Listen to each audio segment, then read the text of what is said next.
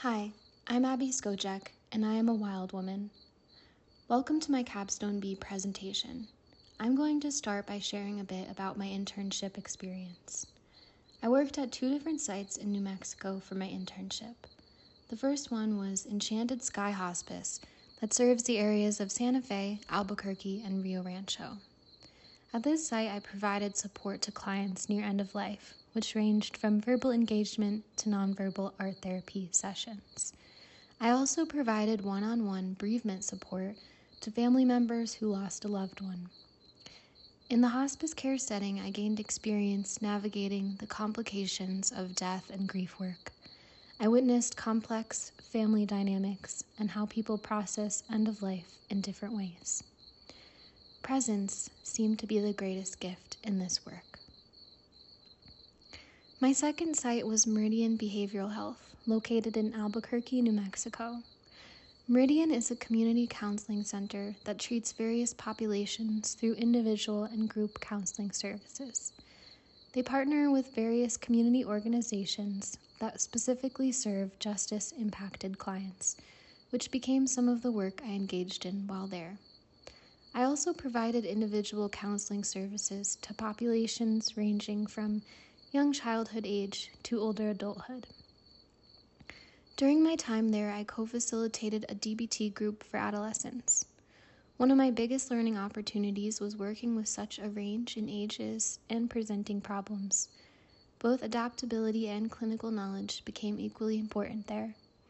Overall, I truly began to see the value in effective rapport building, strengthened by authenticity. Across both sites, I strengthened my professional confidence. Now, let's get to my capstone project. I decided to work with the wild woman archetype, inspired by the book The Women Who Run with Wolves by Clarissa Pinkola Estes. This journey of self-inquiry began during the first quarter of my internship, when I painted a pair of wolf eyes emerging from the darkness, a symbol of the wild confidence I was yearning to reclaim within myself.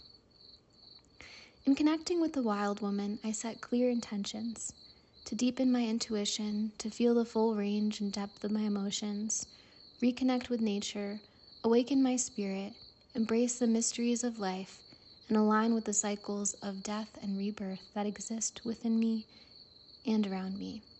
I wanted to get messy, to feel alive, and most of all, to feel free. Free to be authentically myself. Each week I checked in with myself to see what I needed, and from there I engaged in a variety of ritual-esque practices, some conventional and others more familiar. Alongside these practices, I documented moments that nurtured my spirit in quieter ways. Baking, cooking, time in nature, and moments shared with my wolf pack. I documented these experiences through film, capturing both the strange and the sacred. Throughout this project, I got messy and weird. I connected with my intuition inside and outside the counseling space. I honored my own personal cycles while witnessing and supporting the cycles within my clients. Recognizing the cycles of death and rebirth in their journeys helped me soften to my own process.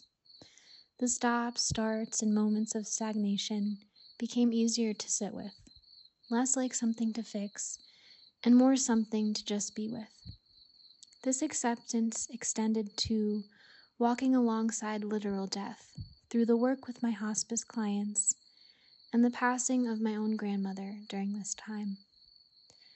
Most importantly, connecting with a wild woman helped me reclaim something deeply authentic within me. As I nurtured this part, it naturally came with me into the therapeutic space. I became more attuned and more willing to show up, not just as a clinician, but as me. I leaned into presence. I allowed space for messiness, silence, and mystery. My hope is that by showing up more authentically myself, I invite my clients to do the same.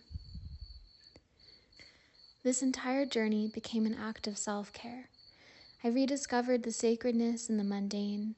I rested in the womb of the earth. I built fires to celebrate my aliveness. I let my grief move through water. I befriended my shadow and the shadows of others.